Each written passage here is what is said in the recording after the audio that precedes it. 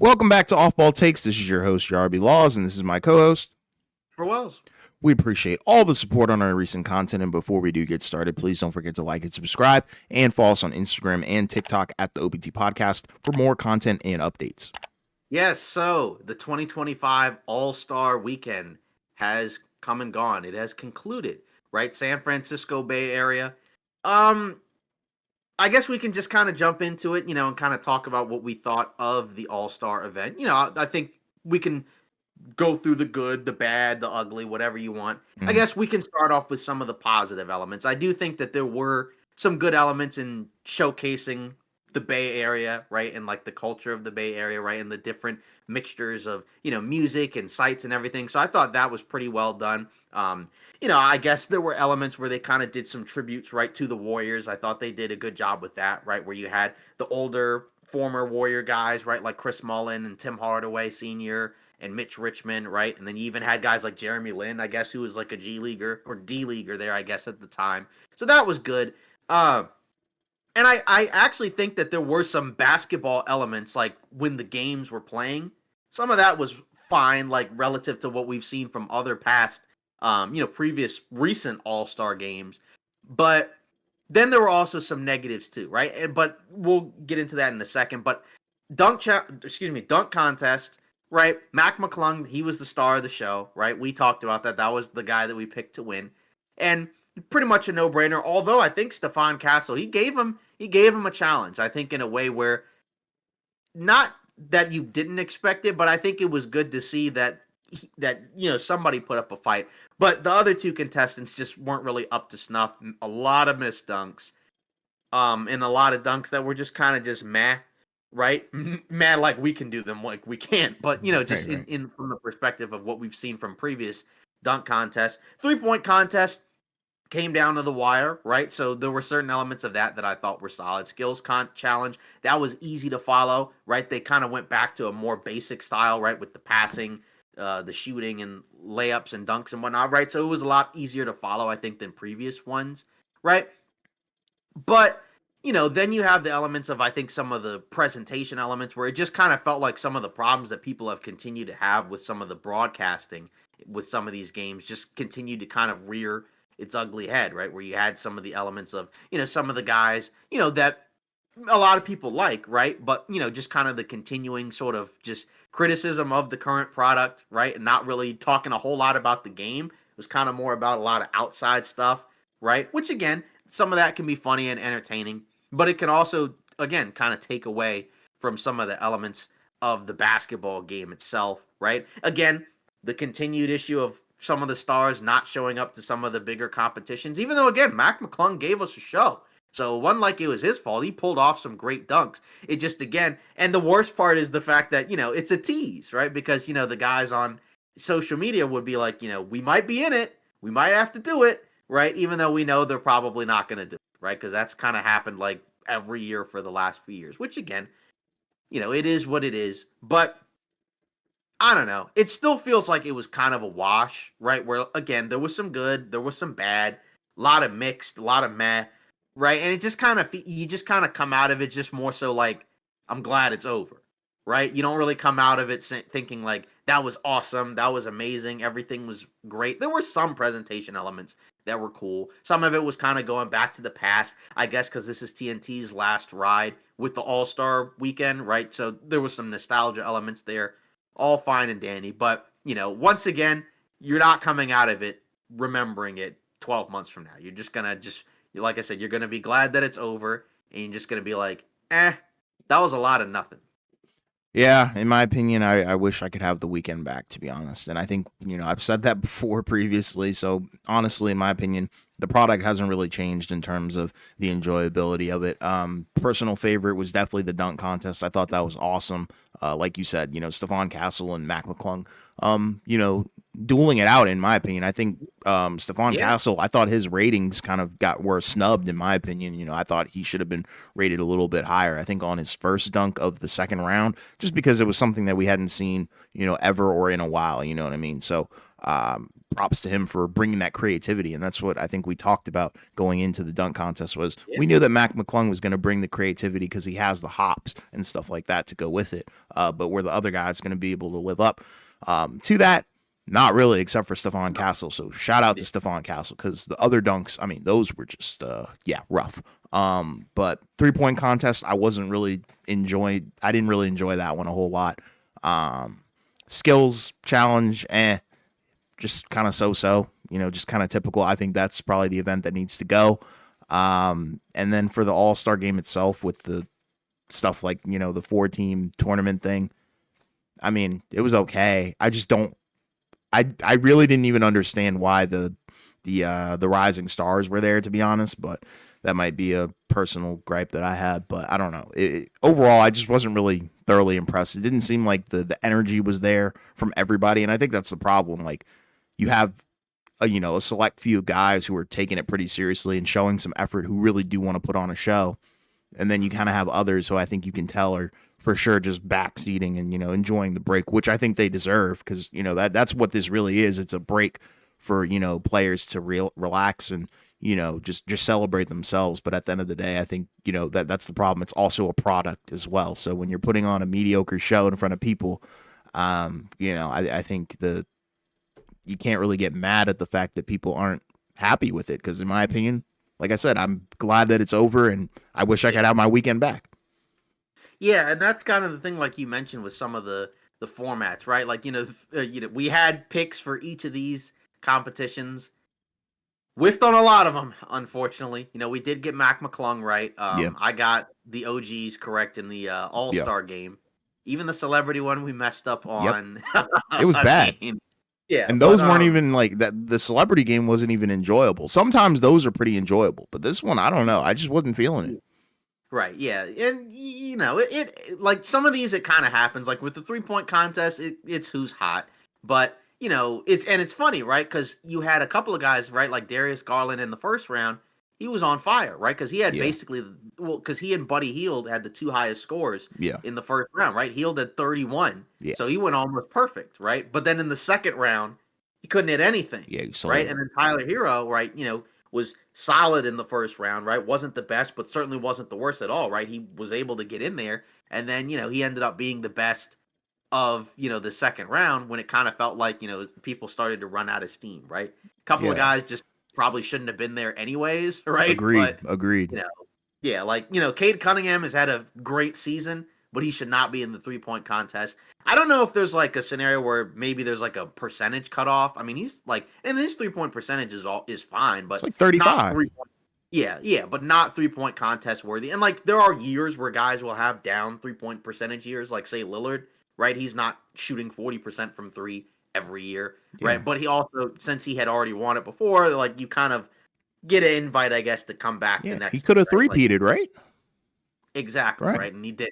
But either way, it is what it is, and we already talked about the dunk contest, right? Where, like we said with McClung, we kind of even like going in knowing the type of things he could do, he still impressed us. I think that was amazing. Right, exactly, and I think it was nice to see another guy be in there and kind of step up. And like to be fair, there are years where, like, say the 2016 one, right, where it's like Aaron Gordon and Zach LaVine, like neither of those guys were in the tier of superstars, right? At that point, right? I don't even think either of them were all-stars like they were both good players, but they weren't in that same tier. But it was an awesome dunk contest, right? But now we're kind of in the tier of how many more things can we get to really see, right?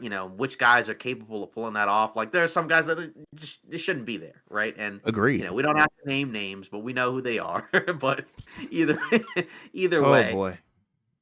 But back to the actual All-Star game itself, right? Because, skills challenge, right? Team Cavs, they won. That was Mitchell and Mobley. And then also just a brief mention, what was that with like Chris Paul and Wemby where they were, I guess, trying to game the system, and apparently they were told that they could do it, and then I guess they weren't. And then I guess it didn't count. They were disqualified. I mean, again, I feel like you could just try.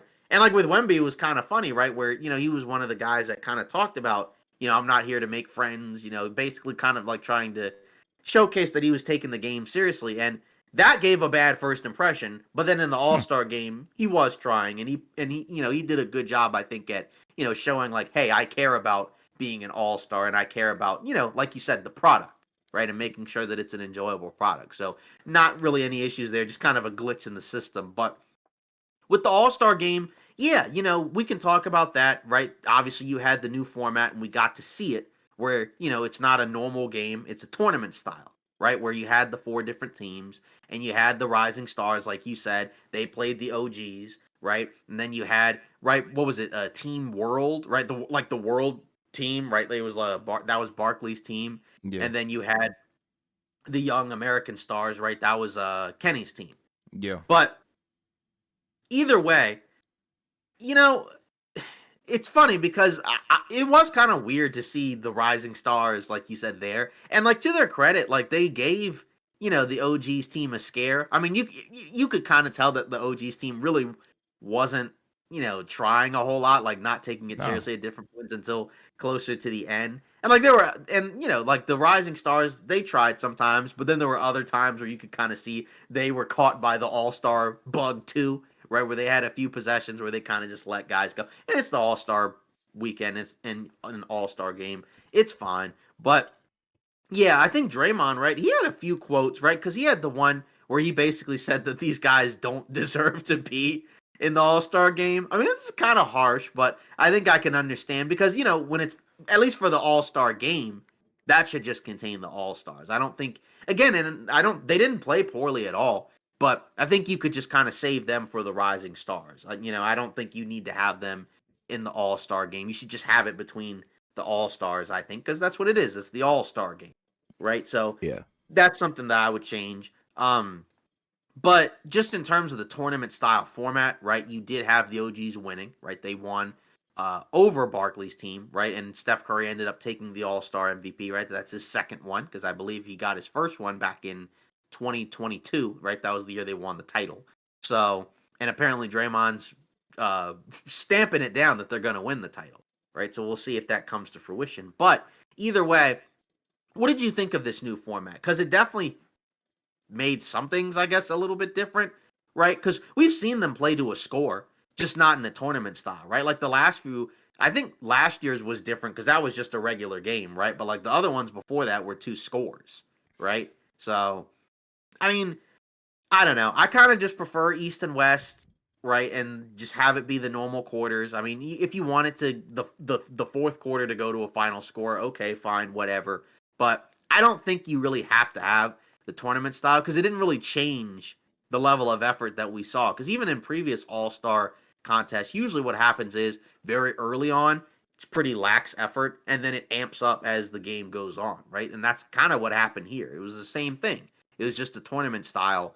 So if you're going to get the relatively similar level of effort, might as well just go back to the format that most people like. But I understand trying to change stuff up, but it didn't really feel like it really made much of a difference. So if it didn't really make much of a difference, why change it at this point? Yeah, I agree with you, and I 100% agree with Draymond. I think he had some great, valid points, and stuff that people don't normally think about, like points record, like that might be an incentive for somebody, who knows, or you want to chase something, now you can't chase it. And I agree with him on his take about Wemby and Shea, where it's like he basically said it's unfair to them who took the game very seriously, and I feel bad for people who's this is their first All-Star appearance and it had to look like that, because in my opinion I just thought it was horrible. I think they do need to go back to East versus West, normal quarters, just a normal All-Star game. And it's like at this point I don't think we're ever going to get like a competitive game where guys go try hard. No. We're never going to get that. So let's just go back to the original format, the OG one that brought people in for viewership, and then people can talk crap about it at the end of the day. Because I don't think, like, I just don't like the innovation when it takes a turn way too far from the OG product. You know what I mean? Where it's Well, like, especially if it's not good. yeah, like I mean, why are we that's the bringing main. in the Rising Stars? I agree with Draymond where it's like, yeah, like you said, it's very harsh, but at the end of the day, it's All-Star weekend. This is the All-Star game. Like the Rising Stars are not All-Stars; they're Rising Stars. There's a big difference. So I do understand that from his perspective. And yeah, I think the whole format is 100% whack. I'm not a fan Yeah. of it. And I think my guess is they probably they probably put the rising stars in there probably as a way to maybe incentivize the other guys to try, because maybe their thought process would be like, we don't want to lose to that team, right? Because like I think that's kind of and they didn't lose, right? But But that's unfair to the rising stars too. Come right, on, yeah, this is bad. and like those guys, I'm sure they were ready to quote unquote rise to the challenge, right? But I mean, that's my guess. My guess is that's because like when you play basketball, there's a lot of times where like you'll see a team or you'll see somebody that you'll get matched up against, and you'll be like, well, I don't want this person, or I don't want this team to show me up, for whatever reason, right? It could be like a rival, or whatever, right? It could be any variety of reasons, right? But that's my guess as to what that was. Maybe there, and like I don't know, could there be an element of maybe people have talked about the idea of like, we need to start kind of getting ready to feature the younger players and not just, consistently run with the older guys, but like those are the guys that kind of do bring in the eyeballs, right? And I guess that's, what Shaq, that was kind of his idea, I guess, of putting that team together mixed with, a few other guys, because there just weren't enough to make a team full of just them. But yeah, like I said, I just think you might as well just go back to the regular format. And like you said, it's probably just the new normal, where I just think for a lot of the players, there's just not really a whole lot of incentive to do that in an all-star game, right? Because there's, of course, always a scenario where like the guy gets hurt, right? And then, trying on a possession in the all-star game, and then boom, he could be out for a week. I know it hasn't happened a ton, but of course that's always a factor. I mean, even, right, you had a couple of late scratches, right? Because LeBron, right? Because he was a late scratch, right? Where he mentioned basically, yeah, I don't care about this. I'm gonna focus on the rest of the season, right? I think Edwards, right? He was a late scratch, right? Because everybody was wondering on the broadcast, hey, why isn't he in the game, right? Mm-hmm. And apparently he had a groin injury, right? I guess, hopefully that can, get better. But just in general, that's kind of the new normal, I think, where and it's not like every single all-star game, even if you went back like 30, 40, 50 years ago, they always tried, right? There was always an exhibition element, and as like I said, as it would get closer to the end of the game, the competition would heat up because guys want to win. Mm-hmm. But just in general, again, maybe you could do, like I said, some huge cash prize. It could be like, every the winning team gets like $2 million each or something. They got a ton of money, so I'm sure they could make that happen. But just in general, that's kind of the tough part, is how do you, fix a system where there's just some kind of elements that just won't change, right? Because that's kind of the issue there. And again, I guess, you having seen some of the other all-star games and weekends, equivalents in other sports, right? Is the effort level kind of the same in those, or is there an actual different amount of try hardness in some of those games? Well, I mean, with the other leagues, I think they do a better job of innovating because they don't stray too far from like the OG. You know what I mean? Like the MLB, they still have like the home run derby and all that stuff. Hockey, they do their thing as well. And yeah, it's been actually pretty freaking entertaining and stuff what they've been doing. I think that one was way more entertaining than what I watched. Over the weekend with the NBA. The NFL one, that's the one that's like a super duper like hot and cold kind of thing because of the amount of contact that is in that sport. Like I do understand why they changed it to flag football, but at the end of the day, those guys are really trying. And I think the cool thing is you get to see players play out of position at times. It's just overall like fun. They look like they're legitimately having fun. Like there's some serious like laughter and smiles. With the All-Star game, there is that too with the NBA. Like, don't get me wrong, there are those moments, but even like the broadcast and the AV guys, they're not doing a good job of showing it. If I'm being honest, like I think because there's times when you can tell like people are smiling from a long ways away, but they're not really showing it. So the average viewer might not be able to pick up on something like that. Like that's my problem. I think the broadcast needs to be better as well. They need to figure out a way to showcase people really, really having fun. And I'm going to be honest, even like you said, the commentary, I thought it was pretty garbage today. Like, or not today, but over the entire weekend, I thought way too much negativity in terms of the criticism, where it's like, somebody gives it their all and you're trying to shoot it down off rip. I don't know. And I'm talking about the dunk contest there. I think everybody knows what I'm talking about, but it's like, what are we doing here? And I get, people want to have their 2 cents and stuff. Everybody deserves that. But, I think there's a time and place for criticism. Your job is to really sell the product to us. And if you're giving us negative thoughts on it from a TV perspective, I think everybody's going to run with that. Right. And that is an issue that we've kind of talked about at different points, right? Where it feels like that for some of the commentators and, broadcasters, it just feels like kind of just an element of sort of, I don't like using the term bitterness, but I think just like an element of just like you said, not trying to sell the product in the way that you should, right? Where you're, giving credence, giving flowers to, a lot of the stars of the current game, because they're all very talented, right? All the guys that were in the All-Star game, are, again, they're the best in the world at what they do. So, they deserve praise for that. And sometimes, you can tell like guys aren't trying too much, right? Like you can see, like, like Jokic, he's not really like a consistent all-star game type of guy, right? He'll have like a few possessions, but, by and large, that's not really his thing, right? Yeah. Hey, force the 8-second. Yeah, exactly. Even though he can be an entertaining guy, on the court, right? But just in general, that's not his thing. Honestly, even like a Luka, right? Who's also, right, a fantastic player, right? In some of his previous all-star appearances, right? He's kind of there for the ride, right? For the most part. And again, I'm not just trying to single those guys out, because like you said, everyone wants to have their 2 cents, and you can't just say, you can't just give flowers and just do 100% positivity all the time, because it sounds kind of disingenuous, because there are things that you do have to critique, right? But like you said, it felt like it was too much, and the All-Star Weekend is not the place for that. Right.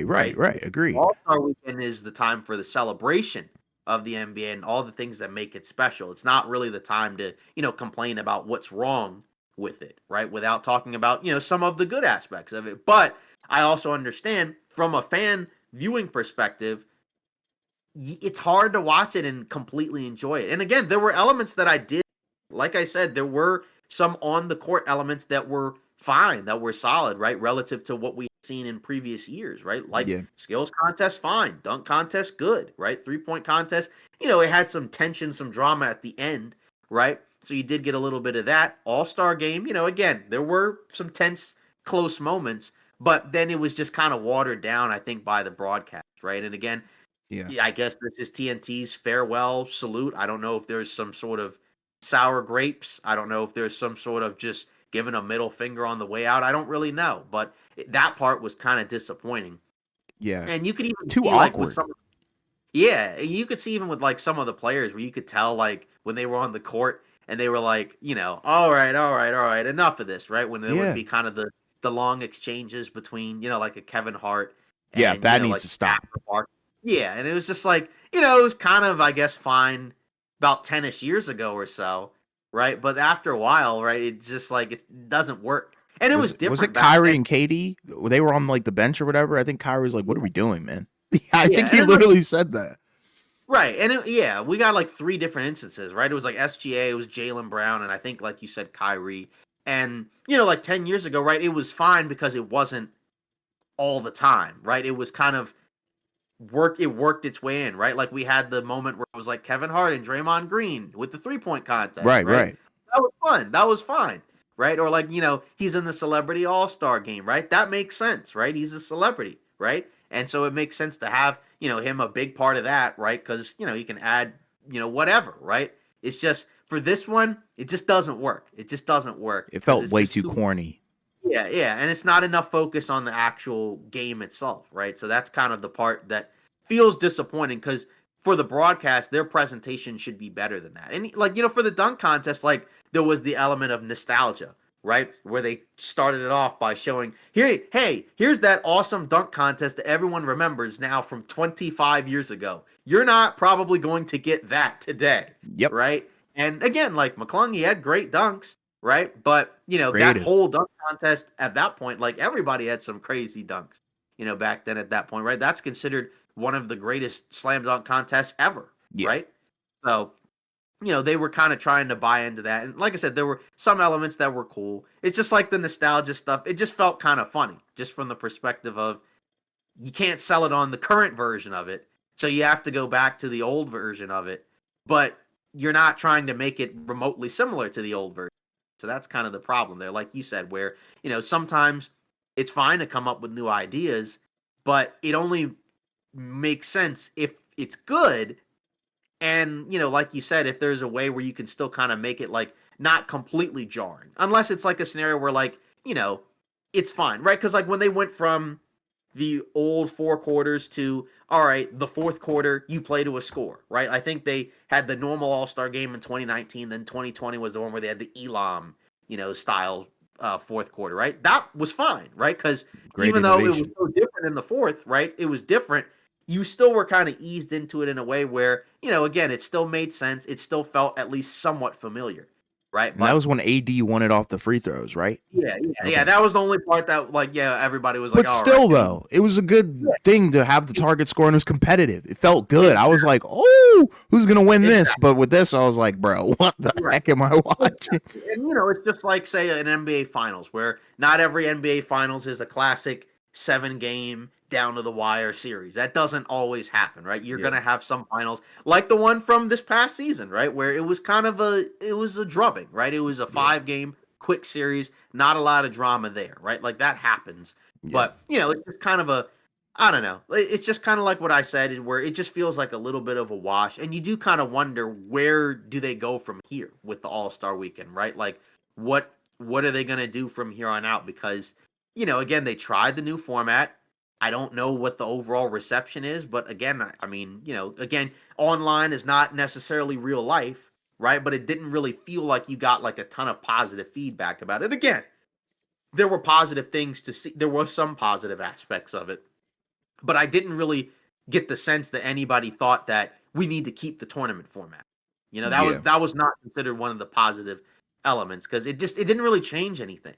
Yeah. I Like think you it might as well sounded just cool go on on that. paper. Yeah, exactly. It sounded on paper it was fine, and like I said, we were willing to give it a chance. We didn't poo-poo it when it first happened. We were just kind of skeptical because we were like, "How is this going to work? What is it going to look like?" But then, like I said, once they announced some of it, I was like, "Oh, this sounds kind of weird." So Yeah. I thoroughly disappointed in the whole weekend. I'm going to be yeah, I, honest.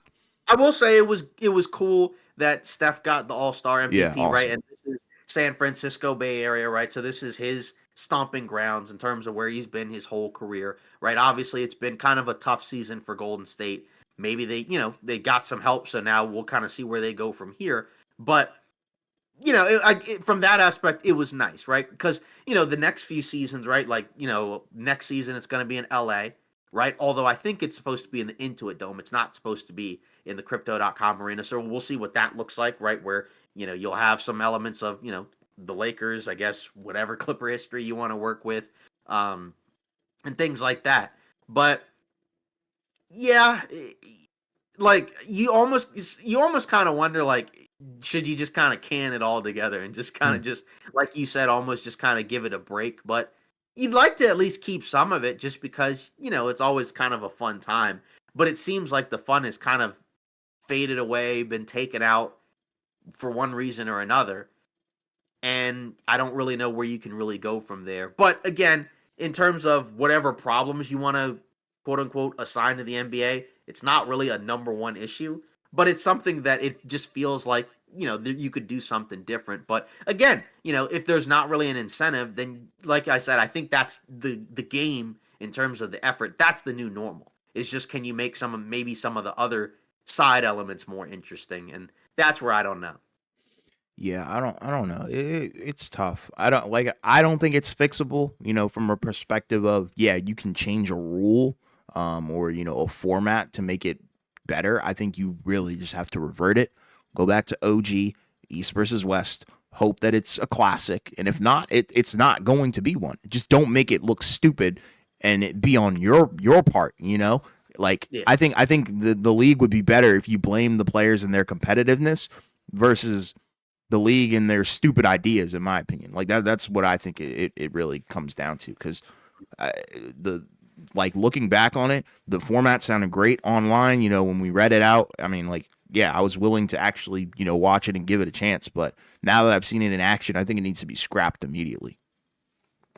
Should we bring in 10-minute quarters for the All-Star game? Why not?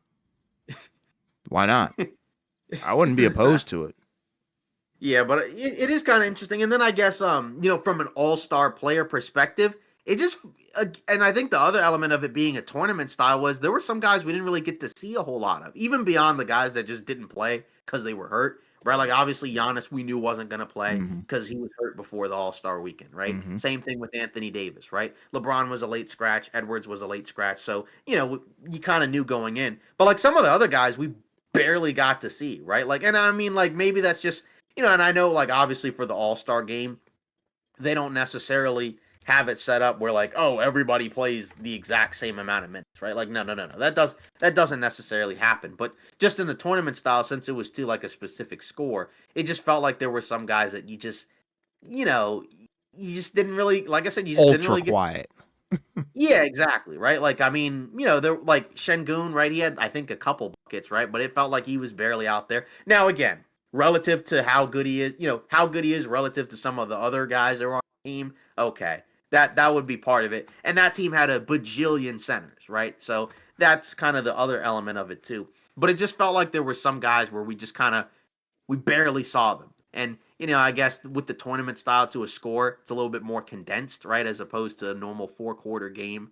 But, just in general, I don't know. I mean, where do you rank this one in term, like compared to some of the last few ones, right? Because I think the one that was the 2021, right? Like that one, I think if you were talking, let's just keep it with this decade, right? So 2020 to 2025, right? Like the 2020 one, right? That was the one that was in Chicago. That one was probably of these the best one, I would say. Right? Agreed. Now Agreed. that was like right before COVID. So obviously there's a little bit of a different element there, right? Because the one after that, it was supposed to be like in Indianapolis or whatever, and then they moved it to Atlanta, right? That one was all right. And then, you had the 2022 one, 2023, 24, 25. So like where does this one rank? I'm tempted to say it's the worst, but I might leave it at it was the corniest, which makes it probably the second to worst because I think last year's was pretty freaking bad. Mhm. But no, I'm gonna go with as a weekend it wasn't the worst, but as an all-star game, this one was for sure the worst. It didn't have any flair, didn't have any pizzazz. Even like the matchups that we kind of wanted to see didn't really even not that they didn't happen, but I don't think there was enough time Right. to really see what I wanted to see. Like I wanted Yeah. Kyrie to go at Wemby multiple times, vice versa. I wanted that matchup to happen at least 15 times. Barely saw it. But we only saw it, I think, once or twice. Yeah, over the course of 2 hours, you only kind of saw a guy like a Wemby in spurts, right? When Right. that's a guy that you would probably like to see a little bit more, especially on a night, where like certain guys aren't playing. Exactly. That's where I'm like, what are we doing, guys? Like I feel like they were working against themselves tonight, honestly. Didn't like you said, didn't feel like, sabotage, but borderline because I don't know what was going on. The presentation was bad. I'm not going to harp on the players too much on this one because I think it was somewhat out of their control Yeah. because of the format. I think the format really just screwed with everybody's heads because it's not when I was watching the games, I was like, it's not like these weren't like super duper competitive. Like they were slightly competitive until the finals. The final one was the one where that was like a pretty much a blowout, but they started off cold. Like I don't know. It just felt off. The whole thing just felt completely not like all-star at all.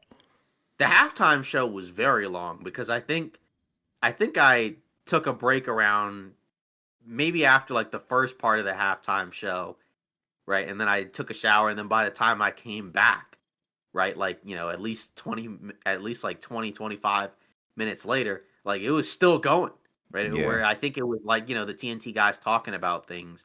And, Yeah. like you said, it's the players element, like the effort part is the only thing. But like you said, there were some guys that did try. And like you said, some of it's kind of hard to put some of the blame on them because again, there's not a whole lot of incentive. Yeah. But it's just like you kind of wish that it was better, but it probably just won't be, right? Like I think it's just we've had like a few years consecutive of people complaining about this, and they've changed it a decent amount. You give credit to the NBA for trying to change stuff up when they feel like stuff isn't working, but it hasn't amounted to anything. It just hasn't really mattered, right? Because the core element of it is kind of just busted at this point. And I don't really think, like you said, there's probably a way to fix that, right? Yeah. So maybe you just kind of do away with the game, and maybe you just kind of just stick to the events, the other events. Maybe that might be the only thing. But then, you'd have to have the stars in there, because otherwise, what's the point? Unless you just name them all stars and then give them the week off. Who knows? But then I feel like you just got to not keep the game. Just revert it. right. Revert it, please. Yeah. So, now moving on. Now we're getting past the All-Star break. So now we're going into, crunch time of the NBA season, right? We're essentially past the 50-plus point mark of the season. Now, even though people call, the All-Star weekend like the midpoint of the season, it's really not, right? Like most teams have played 55-ish games at this point, right? Which is more than halfway through, right? Like, I mean, you're essentially like 2/3 of the way there, almost, basically. So we're kind of at the point now where, you can kind of look at some of these teams and kind of try to ask some questions and kind of figure out what kind of goes on from here on out, right? So I guess we'll kind of go through a handful of teams, just kind of go through them a little bit. The Philadelphia 76ers, right? They're 20-34. They've lost 5 in a row. They're 3-7 in their last 10, and they're 11th in the Eastern Conference. They are a game and a half out of 10. So at some point, you kind of assume that they're going to slide into that 10 spot, but they just haven't been able to win enough games, even with the teams around them also losing, right? Like Chicago Bulls lost 4 in a row. Miami Heat have gone winless since the Jimmy Butler trade, right? So what the Sixers, just everything that could go wrong in theory has basically gone wrong for them, right? Where you have Joel Embiid missing most of the season because he's been hurt, unfortunately.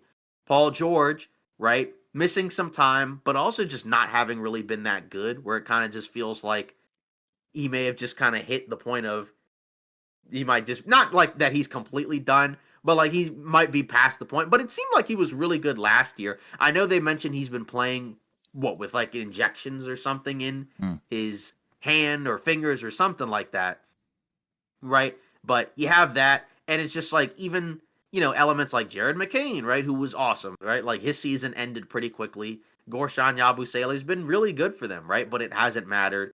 So again, it's one season, but this is looking like an all-timer, like just absolute just dud of a season for this team, right? Where, they put together a big three, put together some guys around them, and it just has completely failed. So where do they go from here? I guess you just kind of chalk it up to a lost season and just kind of hope and pray that this doesn't happen next year. But, is there really a path? I don't know, right? Because can you realistically improve the team much, right? Some of that's just internal development, right? And you're stuck with Paul George at this point because he's got the 4-year deal, max contract, probably not going to be much better. So it's not looking too good for the guys in Philly, right? Obviously, for them, thank goodness, I guess, that their football counterparts won the Super Bowl. But for their basketball team, it's been tough, right? Even against like the teams that they should win against, they haven't. Yeah, straight up waste of a season for everybody, and that's the problem. Like you're banking on internal development, but you're also hindering that as well. And the injuries piling up is not a good sign. And that was what everybody's concern was, coming into the season. Will Paul George and Joel Embiid play a ton of games together?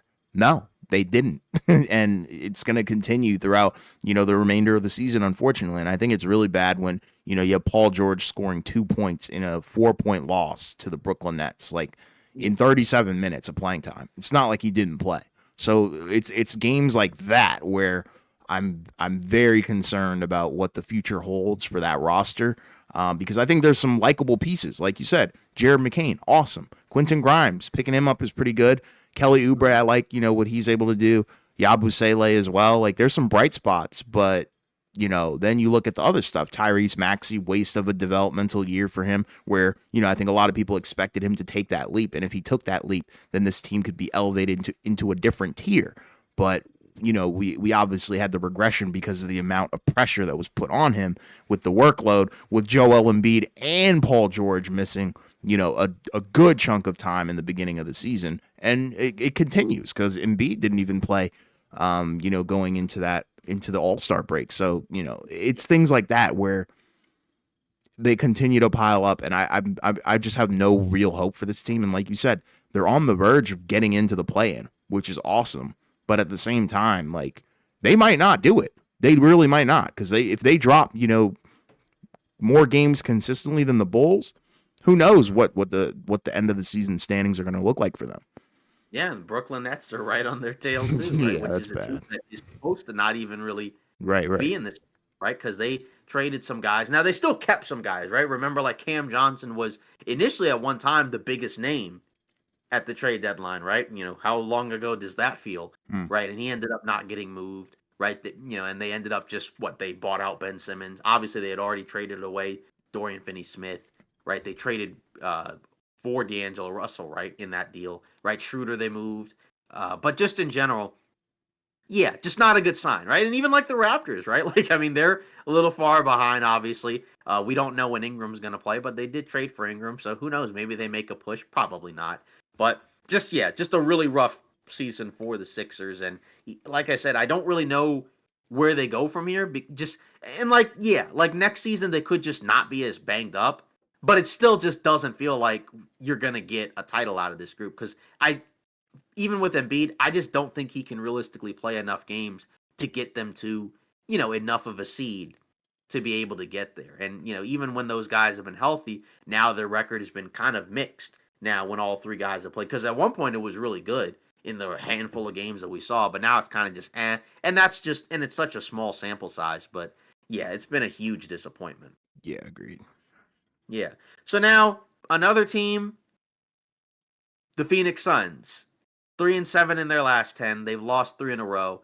They have one of the toughest schedules remaining of any team.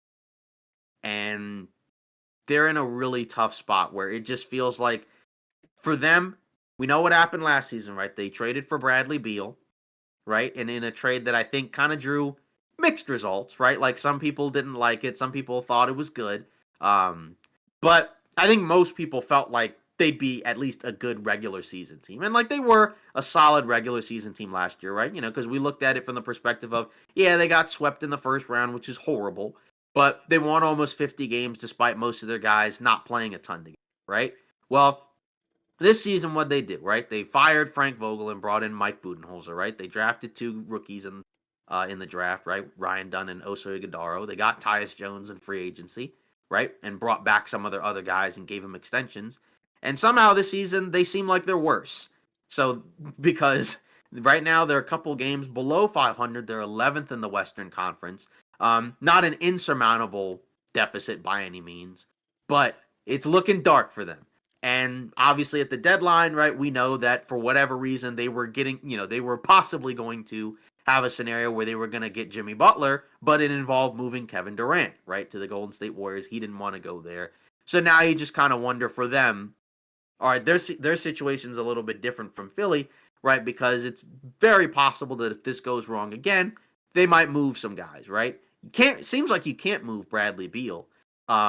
And I don't think they want to move Devin Booker, right? That's more so like he would have to ask out. But you could move Kevin Durant if he's not, feeling the situation. Maybe he is. But, the Suns, where did we go wrong, right? Because, I mean, I think neither of us were high on their title odds, but I think we at least thought they'd be a better regular season team than last year, right? Like, I think we both picked the over on them. And they are not going to get to that number, I don't think, right? Not without, a crazy run that's just not feasible given what we've seen from this team through 54 games. But, just tough, right? Because, again, it continues to be, can't really defend at a high level. And even offensively, they're just not quite good enough to make up for the fact that they can't really guard anyone, right? And like that's tough in general, right? To be an offense first team that kind of struggles to defend because you're gonna have games where like your shot's just not falling, you can't really score, and when that happens, you're gonna get ran off the floor, right? Like, but again, like even their offensive rating, they're 11th, which doesn't sound bad, But this was supposed to be a top 5 offense, essentially, right? Especially if they wanted to be a championship team, right? Defensive rating, um, they're 25th, which is really awful, right? But you expected them to not be so good on defense. You can't be that bad. But I think the disappointing part also is the offense. And, you feel like you have some good offensive, right? So why can't it be better? But, I don't know. We even talked about the piece where, like, his numbers have been good this. He's had some really rough games where you can just kind of see the limitations of him being your starting point guard. Where he's just getting just destroyed by some of these other matches. And, again, we like the signing if the idea was him as a backup, not so much as a starter. But it's not like he alone is the reason why. Like, no, just the team just hasn't played to the level that we thought. Right, Booker's kind of had an up and down season, and again, they can't really get stops.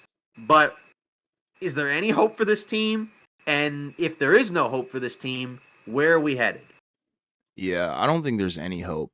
This is probably my most watched team, if not, second most. I mean, like, I don't know. It's a odd situation that I'm not sure that they can really bounce back from. I think it started in the offseason when, they made solid moves, but not, I think, the moves that I think that we wanted them to make. If you're like a real basketball fan, you know that team probably just wasn't equipped to really make a deep playoff run. And I know some people pick them to win the title. And it's like, yeah, I get, bringing in a guy like Tyus Jones helps you out so much, in terms of on the offensive end and you're facilitating. But, the defensive personnel, the amount of money that you're putting into the roster, the lack of flexibility that you even had in the first place. You didn't address the big man problem that I think we all knew was a glaring issue. Like, you have Right. people like Bobo who aren't playing. And I'm not saying like, that he deserves to be playing, but that's the problem Now he where, is. you know what I mean? But like, he's not a starting caliber center. Nurkic, Yeah. I mean, we already know how that ended. So, Right. I just don't think that they have it in them. And the crazy thing is, you would think, on paper, looking at it, yeah, of course they have the firepower to go to the playoffs, but really, not really. Like you said, Devin Booker's been extremely inconsistent. The highs have been super high. The lows haven't been, like super duper low, but just not winning basketball. Beal, I don't think they got what they were expecting with him. I Now think he they comes off the bench. exactly, but even then, like I think they were expecting so much more. They were expecting, an offensively strong team, but even then, like you said, the offense just isn't potent enough, And you would expect with those three guys with the ball in their hands, yeah, they should be going lights out every night. But I don't think there's enough ball for all three of them, and that's why Beal's coming off the bench. But also, the way that they've handled almost every situation that has come their way has just been horrible. Like, you started shopping KD, you started shopping Bradley Beal as well. And Yeah. when Beal is coming out and saying, "Yeah, I hold the cards," that you're chalking the team chemistry as well. And then KD saying he's blindsided about a potential return to Golden State. What are you doing? And I think if you miss the playoffs with this roster, then I think KD's going to ask out. There's no shot that he doesn't. You know what I mean? I think he Right. requests a trade if they miss the playoffs, because what's the point of even being there? Yeah, it's just and then the question is like if you're Phoenix, like, or I guess if you're Durant, where do you go from here, right? Because now you got to go, to a different team, because the Sun situation hasn't worked out. But like, obviously he's still one of the best players in the game, right? But which team is going to actually take, the flyer on him at this point, right? Because, people have talked about the Rockets. Maybe they could still do it because they ended up standing pat at the deadline and they've been really struggling. I think a lot of that is because of injuries, but they also could have just, kind of peaked a little bit. Like I said, I'd like to see what happens like when Fred VanVleet comes back because, you can see when he's not out there, their offense, it just doesn't have a stabilizing presence. Even with the way some of the other guys played. But like, and obviously, like more of that talk can go into the offseason. It's just you just kind of wonder, like, just it just sucks for if you're the Suns because like this was supposed to be a contender, and it just feels like that they are very far away from that, where it just doesn't really seem like that there's really, like you said, any real hope for them. Because again, you look at most of those teams ahead of them, can they pass any of those teams? I mean, like, maybe Sacramento. I mean, maybe if Dallas's injuries continue to catch up with them, they might fall. They've won just enough to still kind of stay ahead, but I don't know. I mean, like, what do you think? Like, can they pass any of those teams and like at least be in the play-in? Because like losses wise, they're not that far back, right? They only have one more loss than the Kings and the Warriors. And they have two more losses than Dallas, three more than Phoenix, or excuse me, than Minnesota. But like, do you see like I guess since this is the team that you watch a lot, do you think that they will at least make the, or do you think they just miss it entirely? I think they miss it entirely. I'm going to be Okay. real. I think the Warriors, the addition of Jimmy Butler is such a game changer for them in that position. I think that boosts them. I think the Kings are probably likely to fall. They might fall out of the playoffs and Phoenix could get in there, but I just don't see that happening just Right. because I think there's so much dysfunction with Phoenix that it seems like they just don't handle adversity very well. I'm just keeping it, Yeah. Like, real. Like I think Dallas, if they can mhm, be healthy, I think they for sure can either stay right. there or go higher because I think that ceiling of Kyrie and Anthony Davis on the floor at the same time is just awesome to have. Right. Whereas Just with Phoenix, you're kind of nervous when Bradley Beal, Katie, and Booker are on the court at the same time because you don't know yeah. what's going to happen, and it's Right. really not even all those guys. Like I really enjoyed KD's season this year, or have enjoyed, the majority of it because, he's been shooting, pretty efficient. There hasn't been a drop off in his game. Mhm. Like I said, the book stuff is kind of unfortunate. He's just having an up and down year. That happens, but I think somebody does have to step up, and I don't know who that's going to be. In theory, it should be Beal, but he's coming off the bench, and that's just not a good sign. I think when you're making moves and internal moves like that, I think that shows me that the season is already cooked. And yeah, I think, like I said, the Warriors, they're gonna get better. I think with more reps with Jimmy Butler and integrating him into the system. Like I said, Sacramento is probably the most volatile and vulnerable to fall outside of Mhm. maybe Dallas because of the injuries. But Yeah. even then, I just don't think Phoenix can handle this adversity. Yeah, because with the Mavs, now we know Gafford, he's going to be out at least 6 weeks, Yeah, right. right?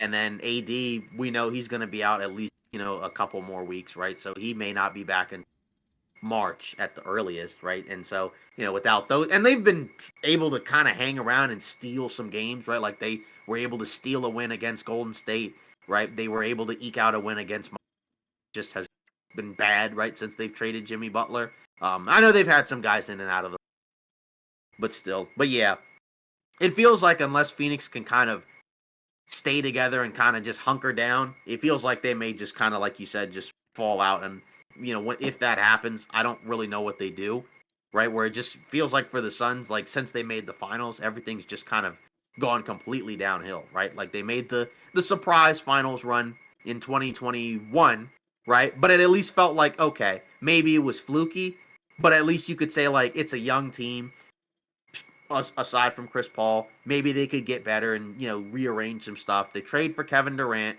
right after they get blasted in the playoffs by Dallas, right? And then obviously people thought they could make a run.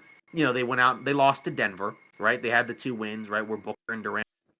And then obviously last year, right, then they went too far, right, where it's like you get Beal, and then it feels like post Durant, all the moves they made have just been complete, just failures, right? Because it seemed like the Beal trade has not been really good at all, and it's not like he's been terrible. Just he hasn't been enough of a difference maker, right? To where you feel like you got it, and it's like you gave up an older Chris Paul to get Bradley Beal, so it's like on paper you didn't really give up much to get him. The Ayton one is the one that's just brutal, right? Because you got Yusuf Nurkic back, right? Who was fine last year, but then in the playoffs, disaster. Then this year he's been terrible. Grayson Allen was really good last year. This year he's been all right, but it just doesn't feel like you got. It doesn't feel like you made up for it. And like Aiton's been kind of mediocre since he's left Phoenix, but it just felt like just nothing has really gone. So it seems like it might just kind of be game over.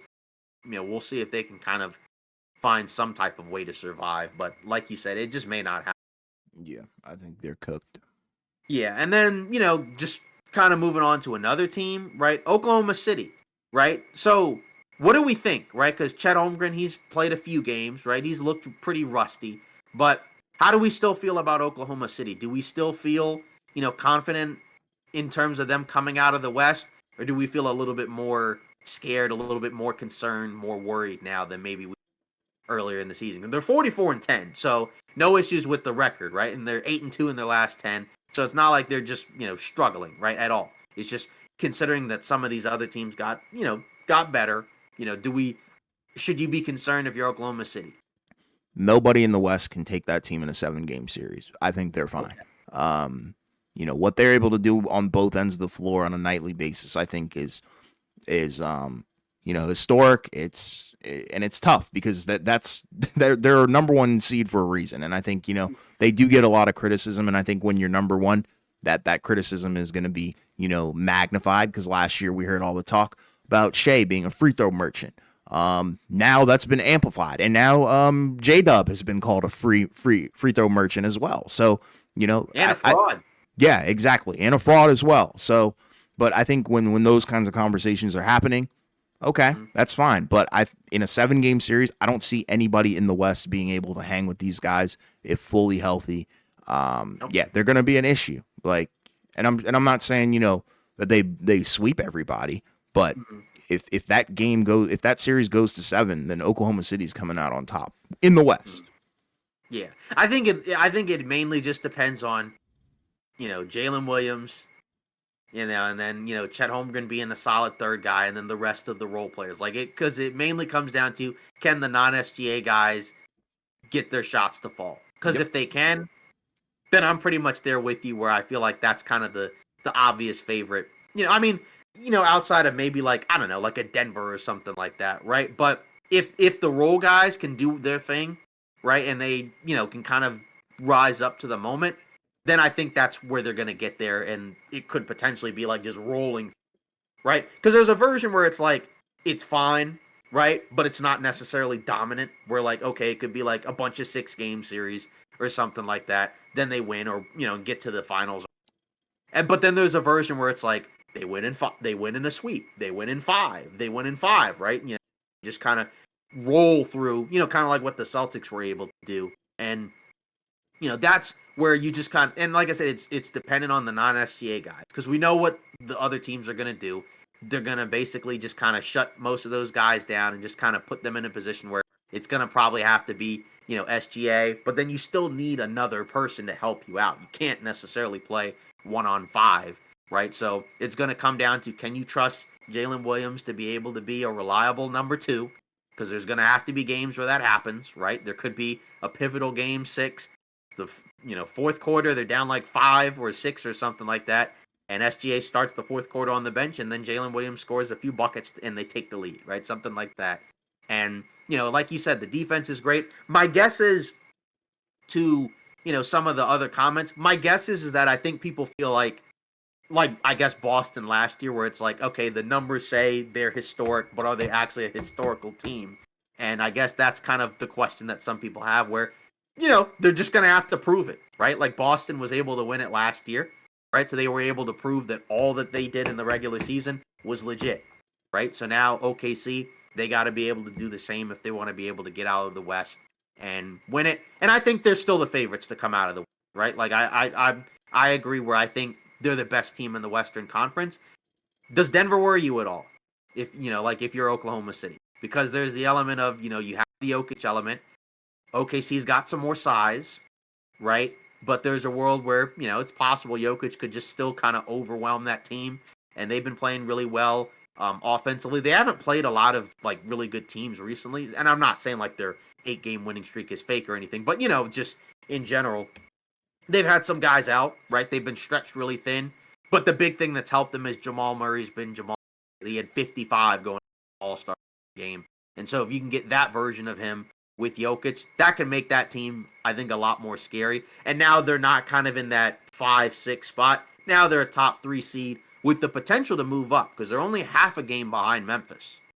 Yeah, I mean, I'm not going to say they would worry me if I was Oklahoma City. They are probably the biggest threat at the moment for sure. because of what they can do. They've been there before. Their experience, they, like I said, they won the title, so they do have that under their belt. And yeah, the Jokic factor is insane. Like what that guy has been doing on a nightly basis as well has been once again historic and crazy. So I think you do have to respect and not ignore what Denver's been doing. Even if they are just the 3 seed. Yeah, I would say as long as Oklahoma City plays their brand of basketball, they'll be fine. You just can't let what happened last year happen, where it's all Shea and nobody else shows up, because I think Shea averaged like around 30 throughout the whole playoff. Yeah, so it wasn't his fault. Yeah, it was never on him. I think, we just got to see the team be more complete. And I think, a year is enough time for me, where it's like, I'm going to judge this team, based on how they've looked post 1 year. So I'm expecting some big improvements come playoff time. Like I think we all expect them to look like that in the regular season. And I think we had like a comment on our Oklahoma City short, in the off season where we talked about it, and a Thunder fan was like, "Yeah, I don't know. There's a lot of pressure on J-Dub and Chet, and he didn't think they were ready. So we'll kind of have to see. And I think the pressure is on them to be ready and step up. And if they step up, I don't think Denver stands a chance in a 7-game series." Mm-hmm. And then I guess you look at even though there are 10 spots in the play-in, only 8 teams get into the playoffs. Do we feel like that this 8 is the final 8, except maybe 8 could be maybe like a Golden State instead of a Dallas, or it could still be Dallas? But who do you think gets that final 8 spot? Because I feel like 1 through 6, 7.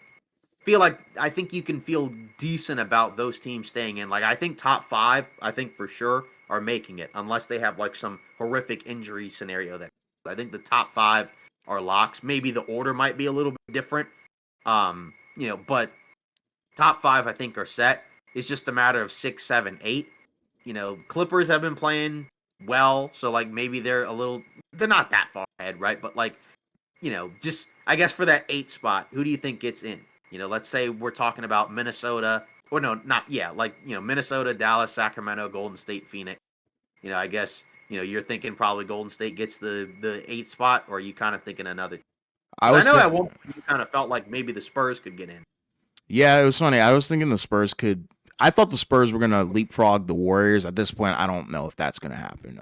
It might not, because the Spurs are like, 3-7 in their last 10 or something like that. So that's not helpful. A couple of bad losses, too. Exactly. Like, yeah, stupid stuff. But, I think Dallas is probably 8. Okay. They got to be healthy, though. That's the problem. Like, that's the thing that scares me, because I think talent-wise and defensively, holy crap, that team is going to be... at least has to come back, I think, if they want stay in that top 8, because if he can come back quicker than expected, which we don't know, then I think that's where it could, just record wise. They have a big game against Golden State coming up. They won the last one, so they bought themselves a little bit of time, because there's 6-4 in their last 10. They managed to get some huge wins, like you said. Max Christie playing well, and getting some good games from Kyrie too. Yeah, defensively, that team can wreak some havoc, I think, for anybody above them who they'd have to play in the playoffs potentially. So that's kind of the one thing that I'm kind of holding on to. But, yeah, I think Golden State has the potential to leapfrog Sacramento, and I think right after Sacramento, they'd be right on Dallas's tail. I think Minnesota is going to have a stronger finish than they did a start, which is a good thing, I think. But, yeah, I think 1 through 7 is a lock. 8, I'm probably going with Dallas, but I'm not counting out Golden State because that Jimmy Butler acquisition seems to be the right move. Yeah. And like the thing is, ideally, if you're Golden State, if you want to stay alive, you kind of have to get into 7-8, because I just think if you're a 9-10, not that you couldn't get in, but it's just going to be really difficult. Yeah. And, I know Golden State has had an advantage over OKC in the first round, but I wouldn't just automatically say like, oh, State's going to romp through Oklahoma City. They could, right? Because they have Jimmy Butler, they have Steph. Some of that's going to come down to who the best player in the series is, right? Can you trust that those guys in a 7-game series will be at the highest level, when they've kind of been a little bit more up and down in the regular season, right? So that's kind of the question there. But yeah, it's hard. I feel like the Dallas injury is so difficult. Where I don't know. Like they need one of these bigs to come back, but none of them are coming back anytime soon because Lively's not coming back. I think until the playoff. Gafford, 6 months. I mean, that's a month, or excuse me, 6 weeks. That's a month and a half. So that's basically April. And then AD, maybe end of February, early March. I don't know. Like that one's kind of a tough one, right? Yeah. So Yeah.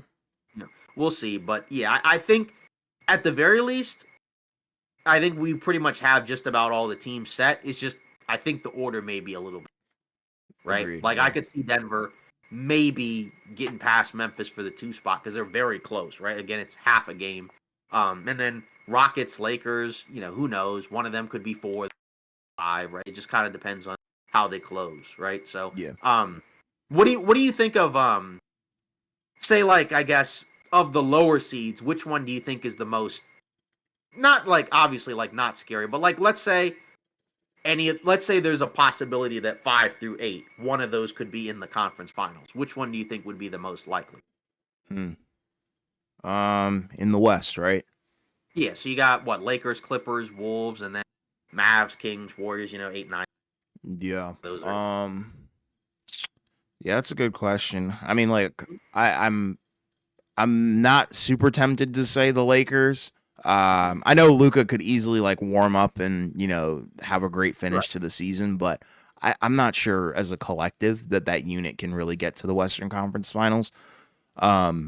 I think Dallas has a good shot if healthy, but I keep using that stipulation. If healthy, right. That's the problem. that's the freaking problem. So I might have. Yeah.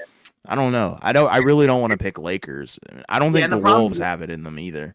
And the problem with the Mavs is that if they stay in that 7, 8 range, they're going to have to play, one of those top 2 seeds in the first Yeah, round. That's yeah. kind of that's the other big issue there is like not that it's impossible, but that would be the only problem, right? Like where if you're the Mavs and you have to play, let's say the Nuggets are the second team, they have the size and the defense, but do they have a guy that could be the best player in that series? Like it would probably No. have to be AD or Kyrie, but they'd have to probably outplay Jokic.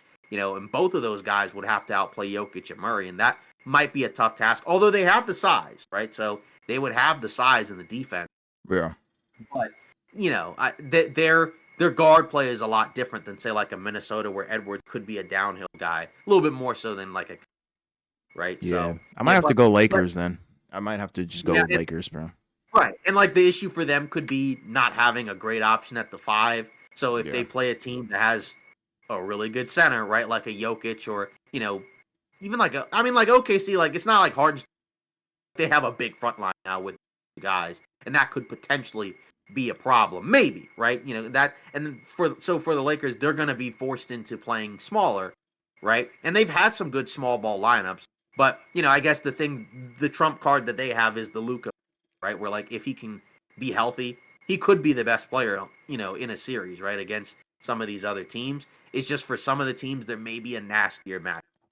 Yeah. And then just kind of going over to the East, right? Are we still cool with Boston, right? Like, are we, because they're 8-2 in their last 10. They've shown up recently where they've had like a couple of bad losses, but like they're 8-2 in their last 10. So it's very few. They played the Knicks. They destroyed them. It just seems like the Knicks just don't match up well with that team. Obviously the Cavs got DeAndre Hunter, but I'm still pretty high on the Celtics' ability to come out of the like that was my pick to win it all. It could get ugly, who knows? Because OKC I think matches up with them very get out of there.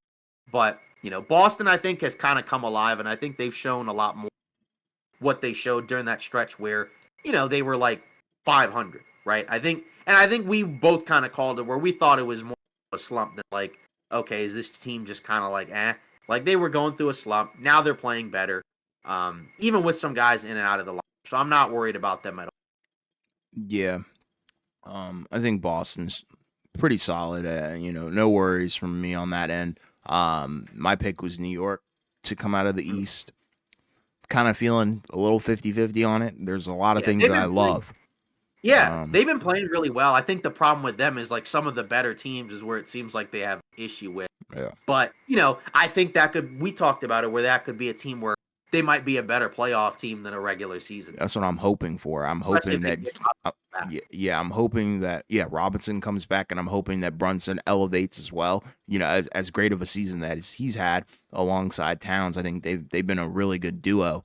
Obviously I need to see more, but I'm hoping a 7-game series would be different than, just a one-off versus, a one really good team. But yeah, Cleveland, Boston, and New York, I think they're not in the same tier, but I think it would probably be Cleveland, Boston in one tier, and New York is right below them.